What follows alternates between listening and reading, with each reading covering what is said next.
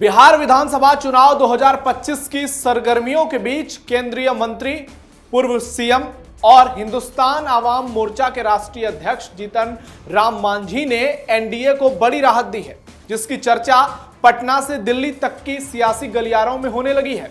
और लग रहा है कि एनडीए में सीटों की गुत्थी महागठबंधन की तुलना में शायद जल्दी सुलझ गई है, क्योंकि जीतन राम मांझी का बयान उस वक्त आया है जब बिहार में सीट शेयरिंग पर मुद्दा गरमाया हुआ है और दोनों गठबंधन में प्रेशर पॉलिटिक्स का सहारा लिया जा रहा है, दबाव की राजनीति की जा रही है। महागठबंधन में जहां राहुल गांधी और मुकेश सहनी तेजस्वी यादव पर दबाव बना रहे हैं, तो वहीं एनडीए में चिराग पासवान की महत्वाकांक्षा कम होने का नाम नहीं ले रही है। और इसी पर केंद्रीय मंत्री जीतन राम मांझी ने बड़ा बयान दिया है, जिससे चिराग का भी खेल सेट होता दिख रहा है और उपेंद्र कुशवाहा भी लग रहा है मान ही जाएंगे। और दूसरी ओर महागठबंधन में स्थिति और ज्यादा गड़बड़ होती जा रही है। नमस्कार, कैपिटल टीवी बिहार में आपका स्वागत है। मैं हूं आपके साथ नविंदु। आज आपको इस वीडियो में बताएंगे कैसे विधानसभा चुनाव की रेस में एनडीए बनाम महागठबंधन की लड़ाई में सीट शेयरिंग को लेकर एनडीए एक कदम आगे नजर आ रहा है। जीतन राम मांझी ने कमाल कर दिया। मांझी के बयान से गदगद मोदी नीतीश, केंद्रीय मंत्री की चिराग को सीधी चेतावनी। एनडीए में सेट है सीट शेयरिंग का फॉर्मूला। जीतन राम मांझी ने पटना में बड़ा बयान दिया और कहा कि हम दबाव की राजनीति नहीं करते, प्रेशर पॉलिटिक्स करने वाले लोग दूसरे हैं। वो कह रहे हैं कि हम लोग किसी तरह की दबाव की पॉलिटिक्स कभी नहीं करते। दरअसल उनका यह बयान एनडीए के दूसरे सहयोगी दलों की सीटों को आक्रामक मांगों के जवाब में आया है, खासकर एलजेपी-आर। मांझी ने जोर देकर कहा कि एनडीए एक परिवार की तरह है, जहां सबकी बात सुनी जाती है, लेकिन अंतिम फैसला केंद्रीय नेतृत्व ही लेगा। उन्होंने चिराग पासवान पर बिना नाम लिए निशाना साधा और कहा कि कुछ लोग 35 से 40 सीटों की डिमांड कर रहे हैं, 35 से 40 सीटों की मांग कर रहे हैं, लेकिन गठबंधन में संतुलन सबसे ज्यादा जरूरी होता है। सीट शेयरिंग पर मांझी ने स्पष्ट किया कि जब एनडीए की बैठक होगी तो बैठक में हम लोग बात करेंगे।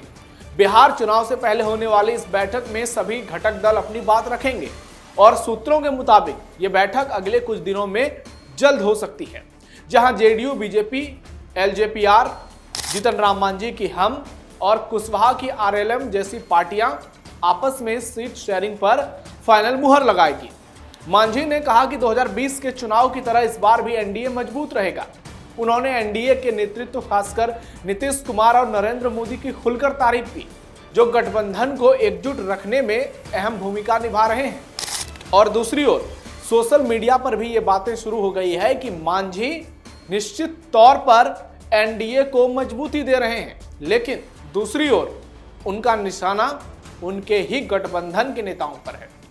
मांझी की पार्टी के लिए 8 सीटें जरूरी। केंद्रीय मंत्री जीतन राम मांझी का कहना है कि हम अभी राष्ट्रीय मान्यता प्राप्त पार्टी नहीं है, हमारी वैसी कोई मांग नहीं है। हमें इतनी सीटें मिली जिससे हमारी पार्टी मान्यता प्राप्त हो जाए, हम बस इतनी इच्छा रखते हैं। उसके लिए 8 सीटें जीतकर आना जरूरी है। चुनाव आयोग के नियमों के मुताबिक किसी पार्टी को राष्ट्रीय मान्यता के लिए कम से कम 6 विधानसभा सीटें जीतनी जरूरी है। मांझी ने 8 सीटों का जिक्र करते हुए कहा कि अगर इतनी सीटें मिली तो वो सभी जीत लेंगे और फिर उनकी पार्टी को भी मान्यता मिल जाएगी। आपको बता दें कि 2020 के विधानसभा चुनाव में मांझी एनडीए के साथ थे और वहां उनको 7 सीटें दी गई, जिसमें से 4 सीटों पर मांझी की पार्टी ने जीत दर्ज की थी।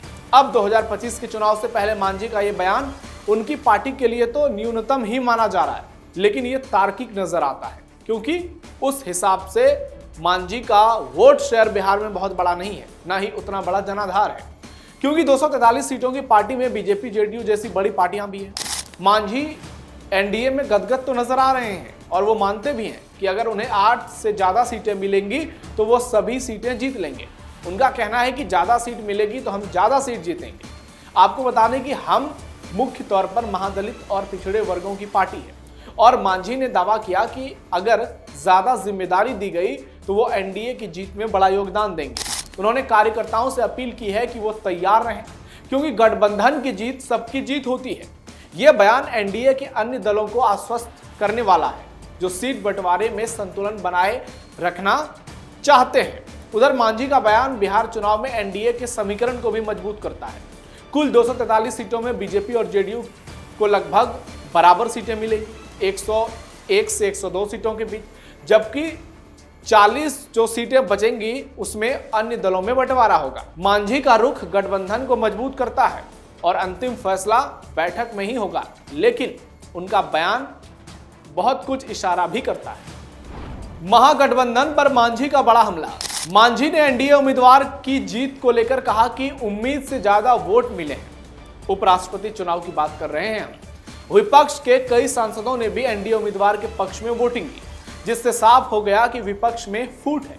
उन्होंने कांग्रेस पर तंज कसते हुए कहा कि वोट चोरी का रोना छोड़कर आपसी मेलजोल पर ध्यान देना ही होगा और यही उनके लिए बेहतर होगा, वरना उनकी लुटिया डूब जाएगी। सुप्रीम कोर्ट के एसआईआर सर्वे में आधार कार्ड को जोड़ने के फैसले पर मांझी ने कहा कि आधार में कई डुप्लीकेट पाए गए, मृतकों और फर्जी नामों को हटाने की आवश्यकता है। उन्होंने कहा कि सुधार के बाद कोई समस्या नहीं होगी। तेजस्वी यादव की माई बहन योजना पर तंज कसा और कहा कि वो सिर्फ ख्याली पुलाव पका रहे हैं, सत्ता में आएंगे तभी कुछ कर पाएंगे।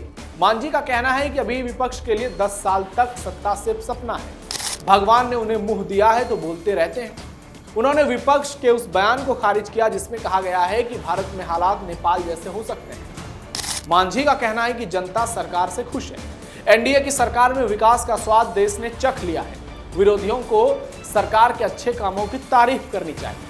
तो ये मांझी के बयान हैं, लेकिन दूसरी ओर सोशल मीडिया पर कई लोग खुलकर इसकी आलोचना भी कर रहे हैं और कह रहे हैं कि मांझी बीजेपी की भाषा बोल रही है।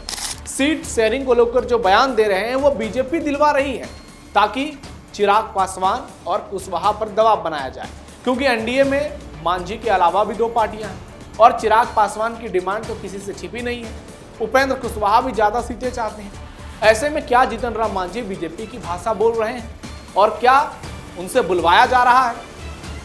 फिलहाल वो केंद्रीय मंत्री भी हैं और हर तरफ से खुश हैं। उनके बेटे भी नीतीश सरकार में मंत्री हैं। ऐसे में मांझी का गदगद होना तो लाजमी है, लेकिन एक बात तो तय है, मांझी जिस तरीके के बयान दे रहे हैं निश्चित तौर पर ये चिराग पासवान के लिए खतरे की घंटी है। एनडीए में चिराग की दावेदारी पर सवाल। जीतन राम मांझी का चिराग पासवान पर निशाना बताता है कि चिराग पासवान की महत्वाकांक्षा जरूरत से ज्यादा है। आप देखिए पिछले कुछ दिनों से चिराग पासवान की पार्टी एलजेपीआर किस तरह से बिहार में चुनाव प्रचार कर रही है।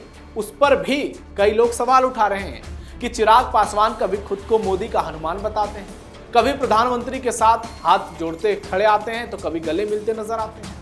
ऐसे में चिराग पासवान किस हिसाब से 40 सीटों की डिमांड कर रहे हैं, जो पार्टी 2020 के विधानसभा चुनाव में अकेले लड़ती है और किसी तरह सिर्फ 1 सीटों पर जीत दर्ज करती है। बाद में वो विधायक भी जेडीयू में शामिल होते हैं। क्या उस पार्टी की इतनी हैसियत है कि उसे 40 सीटें दी जाए उस गठबंधन में जहां बीजेपी और जेडीयू जैसी बड़ी पार्टियां हैं? चिराग पासवान का ख्वाब ठीक मुकेश सहनी की तरह नजर आता है, जहां वो तेजस्वी यादव पर दबाव बनाना चाहते हैं। मुकेश सहनी को डिप्टी सीएम का भी पद चाहिए, 50-60 सीटें भी चाहिए, लेकिन उनके नाम पर 4% वोट नहीं मिल सकते बिहार में। मुकेश सहनी अपने दम पर 10 सीटों पर जीत नहीं दिला सकते, लेकिन उनको भी तेजस्वी यादव को नीचा दिखाना है, तेजस्वी यादव पर दबाव बनाना है। उसी तरह चिराग पासवान बार बार ये बयान देकर, उनके पार्टी के नेता बार बार ये बयान देकर सिर्फ एनडीए पर दबाव बना रहे हैं। और कई लोग सोशल मीडिया पर यह भी सवाल उठा रहे हैं कि चाहे चिराग पासवान हो या फिर मुकेश सहनी हो, ये ज्यादा सीटों की डिमांड इसलिए कर रहे हैं क्योंकि ये टिकटों को बेचते हैं और करोड़ों में ये इंपोर्ट करते हैं उम्मीदवार, और उसके बाद जब इनके उम्मीदवार जीत जाते हैं तो ये जो पार्टी सत्ता में आती है उसके साथ जाने में भी कोई संकोच नहीं करते हैं। ऐसे में इन लोगों पर भरोसा नहीं किया जाना चाहिए। हालांकि चिराग अभी तक एनडीए के साथ इंटैक्ट तो रहे हैं, लेकिन 2020 में यही चिराग एनडीए से अलग होकर लड़े थे और तब मोदी का खुद को हनुमान बताया था। लेकिन जहां जहां लड़े वहां से जेडीयू का खेल इन्होंने पूरी तरह खराब कर दिया। 27-28 सीटों पर सीधे जेडीयू हार गई और कई सीटों पर इतने वोट लाए कि जेडीयू दूसरे तरह से हार गई। यानी 70-72 सीटों वाली पार्टी 43 पर आ गई और उसमें चिराग पासवान की ही भूमिका सबसे ज्यादा थी। ऐसे में आजकल अरुण भारती भी बयान दे रहे हैं, जो पार्टी में नंबर 2 की हैसियत रखते हैं और चिराग के बहनोई भी हैं।